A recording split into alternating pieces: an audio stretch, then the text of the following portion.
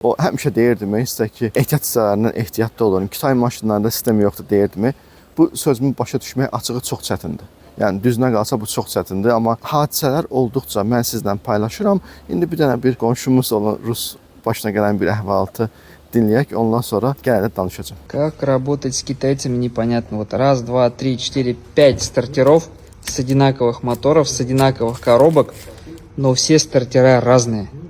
И самое интересное, по ВИН-коду стоит вот этот стартер, по ВИН-коду пробиваешь, а по факту, получается, стоит этот. Deyir ki, bir dənə maşın üçün 5 dənə ayrı-ayrı starter var. Orijinal kodla gələn də uyğun gəlmir. Düşünə bilirsiniz bu nə deməkdir?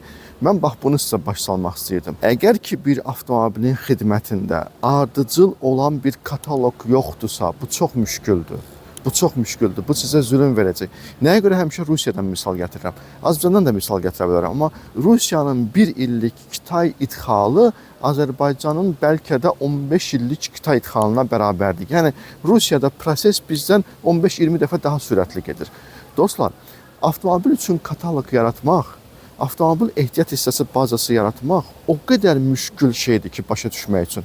Bunu boş verin, Azərbaycanlı sürücü heç bunu dövlətlər belə eləyə bilmir. Baxın, o boyda qüdrətli bir dövlət Kitay, bu boyda böyük bir avtopromu bu qədər çox dəstək verməklə yenə də bunu bacara bilmirsə, bu o qədər asan bir şey deyil. Zaman keçdikcə sizə daha çox məlumat verəcəm. Nəyə görə zaman keçdikcə deyirəm? Çünki elə şeylər var ki, siz bugün onu dərk eləyə bilmərsiniz. Siz elə bilirsiniz ki, siz maşın sürürsünüz. Bunun haqqında hər şeyi bilirsiniz. Siz elə bilirsiniz ki, zapçal satan mağaza ya da usta hər şeyi bilir. Xeyr, o məntiqlə getsək, hər başı olan adamın içində beyin var. Deməli, biz hamımız beyin cərrahıyıq. Görürsünüz ki, yox. O məqsədlə birazca səbirli olaq və hər addımda diqqətli olaq. Allah ömür versin, yavaş-yavaş hamısını deyəcəm.